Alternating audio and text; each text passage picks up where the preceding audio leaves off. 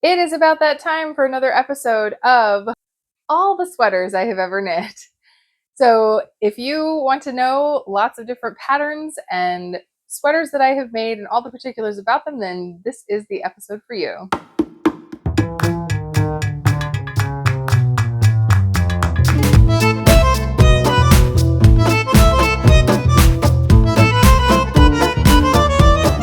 Hello, welcome to Show and Tell Meg. I'm Megan and I like to make things, and I particularly like making sweaters. In fact, this is the third video in this series where I show you all the different sweaters that I have ever knit over the last 13 years of me knitting. So we're just going to start right in with some sweaters that you have not seen yet. The very first sweater that we're going to talk about today is my Jinny cardigan. So this is a design by Mari Chiba. It was done for the unofficial Harry Potter Knits booklet. It was kind of a magazine that you could buy at most places, and they were all Harry Potter themed knits. The thing that made this one so cool is the owl shaped lace. Isn't that the coolest? I love this lace pattern. It's so neat. And I knit this from September of 2015 through March of 2016, which this was the first time I had ever done a bottom up construction of sweater. And so I was extremely nervous. And I also ran out of yarn. This is what started my fear of bottom up knitting, simply because I tend to purchase yarn when it is deeply discounted, and I never want to be spending too much. I'm trying to be extremely frugal, and so I tend to not buy enough, is how it works out.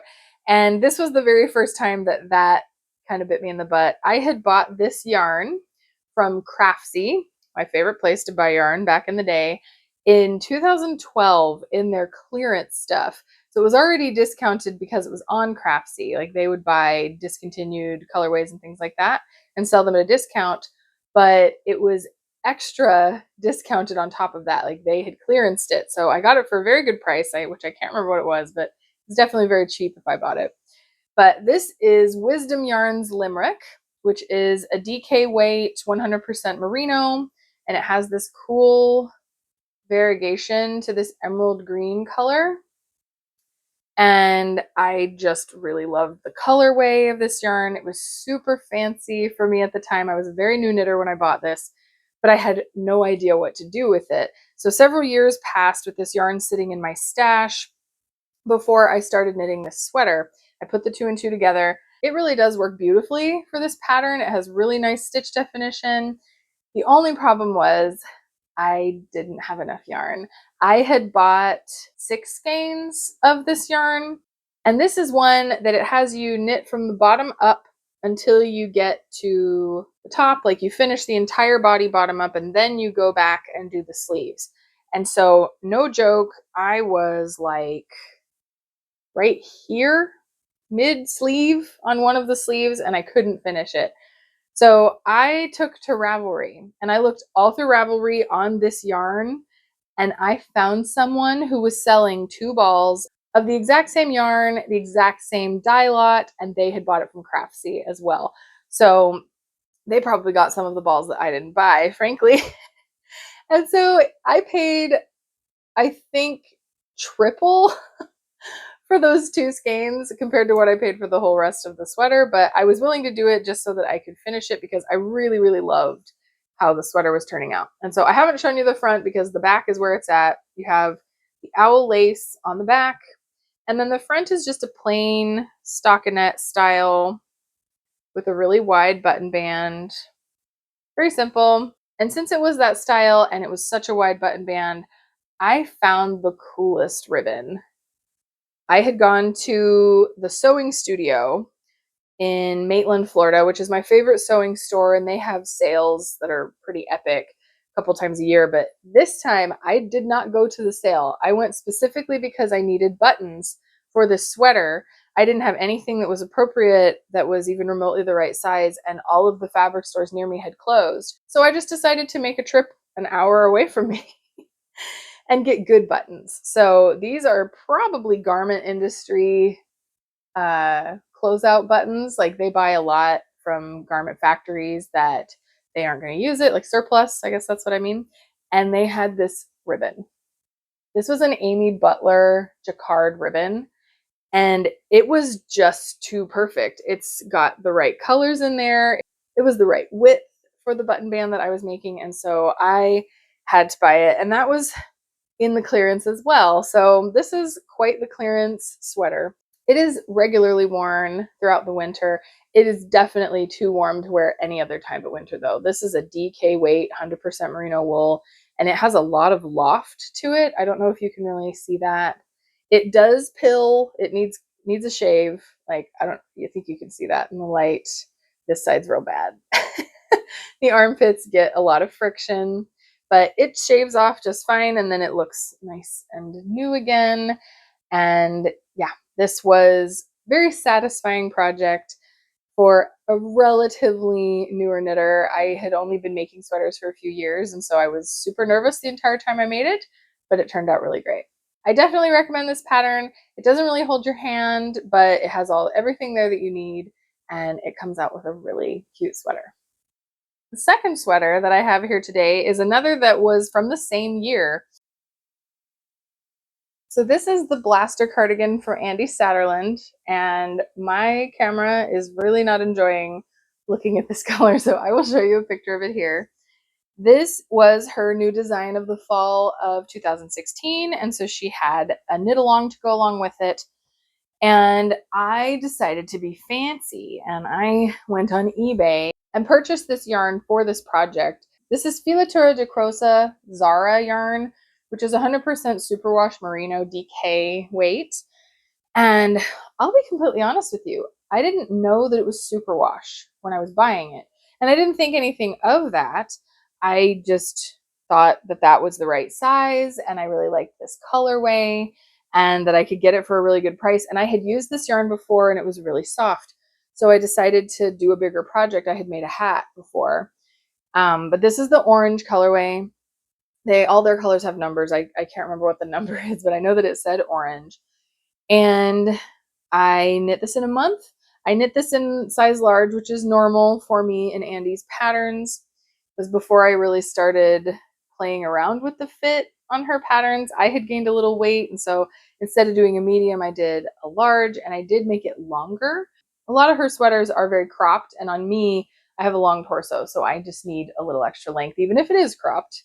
But the cool thing is, all of these lines of eyelets lead to this triangle at the bottom, which is why it's like Blaster in a video game. So I thought it was very cute, and it was a lot of fun to make. Honestly, I had a great time in the knit along. I was able to use some buttons from my stash. They're just these iridescent-y pearl kind of buttons. I did make one mistake, and it's one that to me is glaringly obvious. No one notices it when it's on me, but let's see if you can see it. I misaligned one of my rows of eyelets right in the middle of my back, but it's not the end of the world. The only thing with this sweater is I just sailed right through making it because I had made so many of Andy's patterns before, and I thought I knew how they would fit me, but I didn't factor in the superwash in this yarn. And since I had sized up a little bit than what I had typically made in Andy's patterns, then the superwash grew on me. And so not only was this slightly sized bigger, but it also grew bigger because of the yarn. So this sweater has always been a bit too loose. Even when I was heavier, it never fit me like I liked. I always kind of felt a little frumpy wearing it, which is really sad because it is a nice yarn. And I've actually kind of had this mentally on the chopping block for a while, that if I ever have plans that I want to make an orange sweater, that I would just frog this, honestly. I didn't even back the button bands because I knew at the time that I really didn't like the fit. I thought that maybe I would take it out and re-knit it in the size medium or something, but none of those things have ever happened, and it has just sat there. And I do bring it out. I've worn it for Halloween and things like that, but yeah, this one, it just did not turn out through no fault of the pattern or even technically the knitting. It was entirely just the yarn growing a little more than I anticipated. All right, the next sweater that I have for you today is the Betty and Judy Lodge sweater. So this is a design by Poison Girls. If you've been around the vintage sphere of knitting for any amount of time, then you'll have seen her patterns. She does sort of recreation 50s, 60s rockabilly style clothes. And I really, really loved the shape of this sweater when she came out with it. And I bought it when she released it, but it took me a little while to be able to actually make it. So I actually cast this on a whim in 2020, just before Christmas. This was my plan. I was knitting for like a solid month before Christmas. That was going to be my Christmas sweater. And I got literally the whole thing done. I was playing yarn chicken on the sleeves and I tried it on. And I'm going to try to find the photo of me trying it on. I hated the fit. I don't know really what happened, if it was the gauge or if it was just that my shoulders are narrow. I'm thinking that's more of what the problem was, but the shoulders were way out. Like, it doesn't really look like it in the photo, but with this kind of style, because it's a puff sleeve, you really need it to hit right here on your shoulder so that the puff can go out. Otherwise, I felt like I was wearing football padding.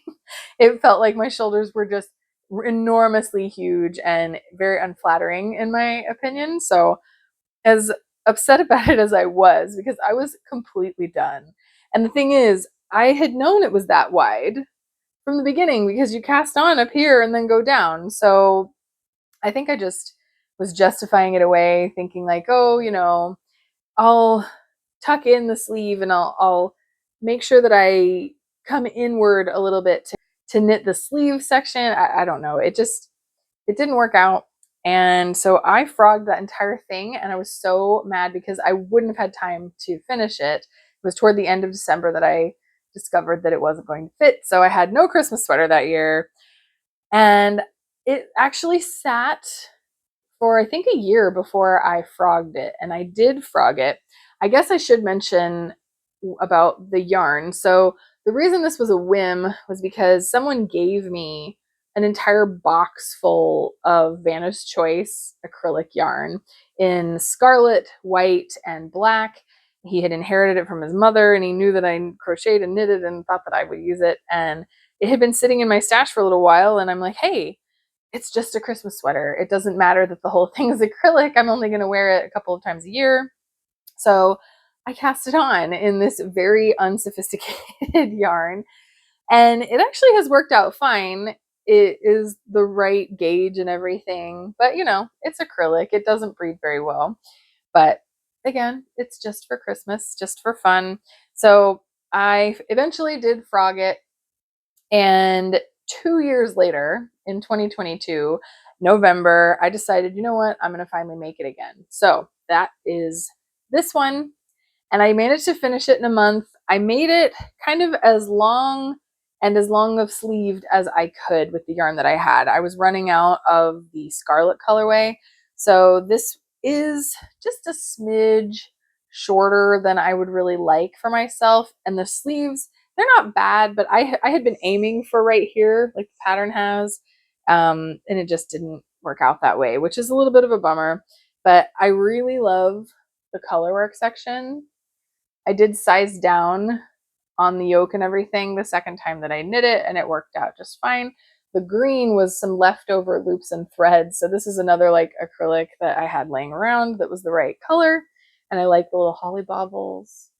But I really love the style of sweater, and I definitely want to make more of her sweaters in the future. I think that they're really well written, cute, and I love the aesthetic of Poison Girls patterns. So one of these days I will knit something else again, but this one, it serves its purpose, and I do pull it out at Christmas time, and I tend to give it a wear probably like once a year ever since I made it. For this next sweater, we are going way back. This is technically the second sweater I ever knitted. I did not finish it second, but it's the second sweater that I ever started knitting. So this is the purple boob holder. And that is actually not my name. This is a pattern by Stephanie Jappel. I will show you a picture of me wearing it way back when, in 2014 when I finished it. But this was just designed to be a little sleeved bolero. In the late 2000 aughts, we used to wear short bolero things that just gave us sleeves. I don't know if that is still a thing. I don't think it is, but we sure wore a lot of those. And so, yeah, the whole purpose of this was just to give puffed sleeves. And I really thought it was just a cute design. I loved Stephanie Jappel's stuff in general. She technically is who taught me how to knit because I took her Craftsy class, her Knit Lab Craftsy class. And so I became in love with her style of pattern writing because that was the only one that I knew how to do. She had explained how to read her patterns and it worked out fine. This pattern, however, was way beyond my level at the time. So it told you to just knit increases at the raglan until it was deep enough for your arm. And the example that she had given was 17. Well, after knitting it for quite a while, I got to like 30 and I still had like 4 inches left that I needed to connect. And so I felt like I had done something wrong. Turns out that I hadn't. That's just my arms were bigger. And this was technically designed for more petite people, I think. And so I knitted and knitted and knitted, and then I was going to have to take the yarn off the needles, I think is what my notes say. I can't even remember. This was so long ago. But I was scared to do that. So I set it aside for over a year. I actually cast this on in August of 2012, and I didn't finish it until February of 2014. Because I set it aside and it was in my work in progress bin for over a year. And then I finally picked it up and thought that I was fixing it, but I still didn't quite know what I was doing. And so this was a very long standing project. And then in 2014, I just decided I was going to finish it. And then the irony was that it was too big. I had knitted the sleeve section too big. So it's a bit of a mess, but it got there in the end. And it's a very cute color. So this is another acrylic because that was all I bought at the time when I first started knitting. This is Everyday Soft Worsted by Premier Yarns in the aubergine colorway. And it is very soft. This is one of my favorite acrylic yarns when I was making animals. And I found this in the clearance at Hobby Lobby and I just really love the color. So the other thing I really like is the neckline and the waistline. So they have a garter stitch edge and that continues all the way down to the buttons, which do get wider. And I had these 2 purple buttons in my stash. They were the only 2. They were just orphans, twins, I guess you could say. And I think that they look awesome. Like they were the perfect color, perfect size, everything. So I was very excited to use these vintage buttons that I had. And when I first made this, I wore this quite a bit because I still did the whole, oh, I'm going to add sleeves to this style. And it's mostly that I just don't wear these kinds of bolero things anymore. But if it ever comes back, I am ready and I can totally wear this sweater. So if you're interested, it is a pretty good pattern. You have to factor in if you're bigger, and it might take a little playing around with the button band and everything.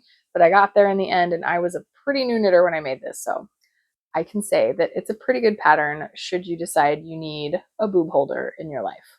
And the last sweater that I have for you today is another Andy Satterlund pattern. This one's called Salal. So the Salal was another fall knit along pattern. She had released this just before and then had a knit along in 2017. So I made this from October to November of 2017. I did it with the knit along. And the cool thing about it, which I'm trying to hold mine, you're not going to be able to see it. So I'm going to show you in the photo.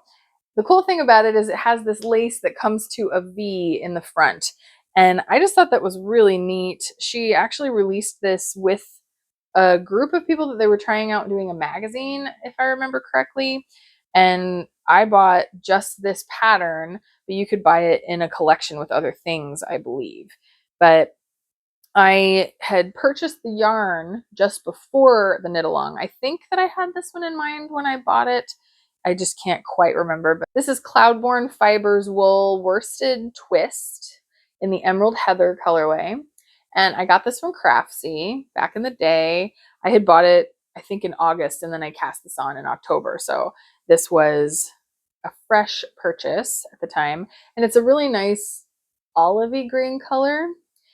And I paired that with these cool kind of ivory colored buttons, and they have this recessed flower on there. I also backed the button bands because I liked this one enough. So I have some hunter green Petersham ribbon in there to make everything nice and structured. But this was a really good one. I really liked wearing this. It's one of those colors that I just didn't have a ton in my wardrobe that it went with because it feels a little muted to wear with black. Like it felt like something that goes more with brown. And so when I had a brown skirt that I love to wear all the time, I wore this a lot. But once I sized out of that brown skirt, it just doesn't really get reached for very much. Like it's a DK weight, so it does have to be a little cooler for me to want to wear it. And this was around the time that I sort of had to accept that I can't make as many DK weight sweaters, which interestingly, every single sweater I've shown in this episode is either worsted or DK, and they don't get worn very often. So even though the pattern is really great, I just don't wear this one super often because it's just kind of too warm for Florida. So there are 5 more of the sweaters that I have made throughout my knitting career. Some of these have been staples and some of them not so much.